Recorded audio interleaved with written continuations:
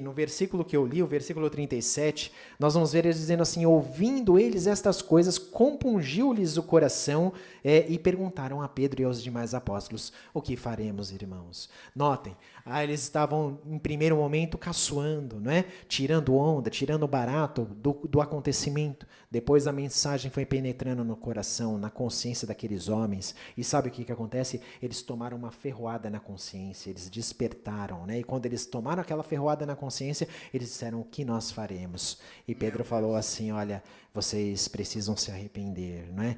Vocês precisam ter um arrependimento genuíno para que as coisas boas de Deus venham a acontecer na vida de vocês. Então Pedro estava ali pregando a mensagem, e ali a Bíblia vai dizer que os de bom grado receberam a palavra ali e foram batizados.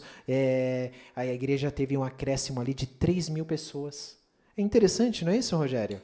3.000 pessoas foram ali batizadas, muita gente. Quando nós na igreja batizamos 10, 2, uma pessoa, é um motivo de regozijo, alegria. Então nós vamos ver 3.000 pessoas de uma vez. Mas sabe o que me chama a atenção? É o seguinte: nós enfatizamos muito a questão da mensagem de Pedro, a questão de como o Espírito Santo ferroou ali a consciência daquelas pessoas. Eles se despertaram, eles foram batizados, optaram pelo batismo, se converteram, se arrependeram. E aí nós vamos ver que a igreja, ela continuou, mesmo depois da mensagem de Pedro, ela continuou a ter um crescimento. Craig Kenner, ele observa o seguinte, não é? Que enquanto a pregação de Pedro, né, ela resulta em muitos convertidos por ocasião daquela mensagem do dia de Pentecostes, o que faz, né, a continuidade, não é o modo de vida cristão. Então, outras pessoas foram batizadas, agregaram-se à igreja, não por conta da mensagem de Pedro, porque a mensagem de Pedro já tinha passado, mas o modo de vida cristão começou a tocar na vida das pessoas. Aí você vai falar: que modo de vida é esse? Vamos ver? Versículo 42 do capítulo 2. A Bíblia vai dizer assim: e perseveravam na doutrina dos apóstolos. Notem, eles perseveravam na doutrina dos apóstolos, na comunhão, no partir do pão, nas orações, e em cada alma havia muito temor. Não é isso? Muitos prodígios e sinais eram feitos por intermédio dos apóstolos. Todos os que creram estavam juntos e tinham tudo em comum. Eles vendiam as suas propriedades, não é? Distribuíam dos bens, não é? O produto entre eles, à medida que alguém tinha necessidade. Eles não saíam vendendo de qualquer maneira, à torta e à direita, à medida que alguém tinha necessidade. E diariamente eles perseveravam unânimes no templo. Nós vamos ver que eles partiam pão de casa em casa, aquilo que nós falamos aqui, né? Eles tomavam as suas refeições, né, com alegria e singeleza de coração, louvando a Deus, né? Então eles estavam ali totalmente imbuídos num novo modo de vida. Então, esta forma de eles perseverarem na doutrina dos apóstolos, né? Eles foram chamados não somente para testemunhar da morte, ressurreição e ascensão de Cristo aos céus, né? Mas eles ali foram chamados, né, para testemunhar ao mundo, né, que eles estavam vivendo em novidade de vida. E essa novidade de vida que eles estavam exigiam em si que eles tivessem uma comunhão. O que é a comunhão? No grego, koinonia.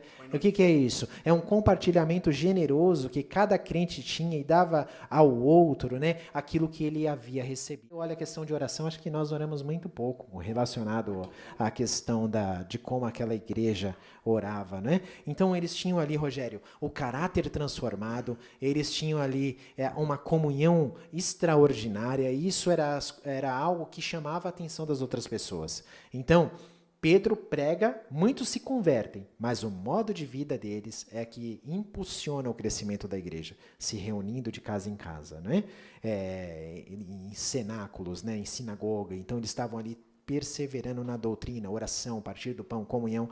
Isso faz com que a igreja teve ali um upgrade, um crescimento. Por quê? Porque eles estavam totalmente imbuídos, não é?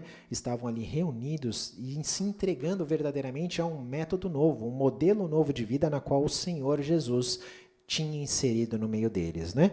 A comunhão nessa igreja primitiva era algo admirável, algo admirável. Nós precisamos ver isso.